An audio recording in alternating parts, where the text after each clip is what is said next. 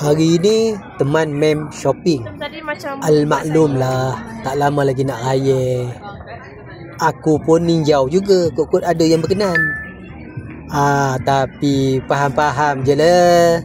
Kan, lebih banyak kat tempat perempuan daripada tempat lelaki. Layan. Dari tadi tak dapat lagi apa yang dia cari. Jadi ke tu? Tak dapat lagi? Aduh. Biasalah kena sabar dengan perempuan ni. Assalamualaikum warahmatullahi wabarakatuh. Sahabat-sahabat semua, berbuka kat mana hari ni? Landscape di Masjid Jami' Cina ni memang cantik lah. Nampak tu ada jambatan kat atas tu, ni jambatan. Bawah ni ada kolam ikan, ada ikan dia sekali.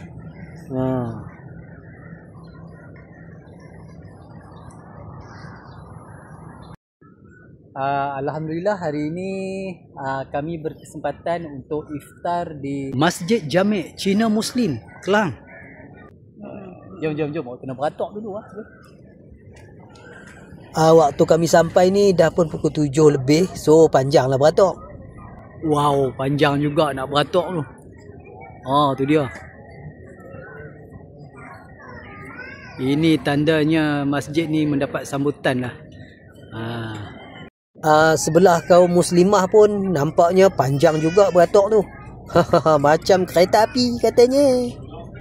Tapi memang meriah kat sini.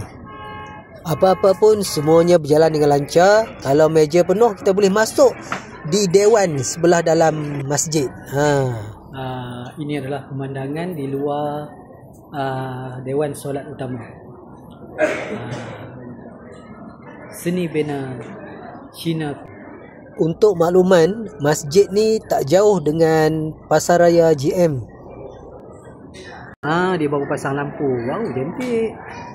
Bagi sesiapa yang pertama kali sampai ke masjid ni, memang mengagumkan lah dia punya seni bina dia, kesenian dia. Memang halus.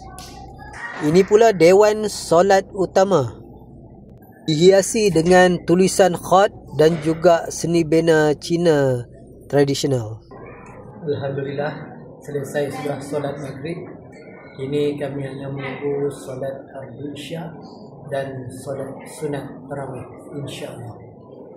Sementara menunggu solat Isya, aku pusing-pusing dulu tengok ukiran-ukiran dan juga seni bina yang orang kata memang cantik lah.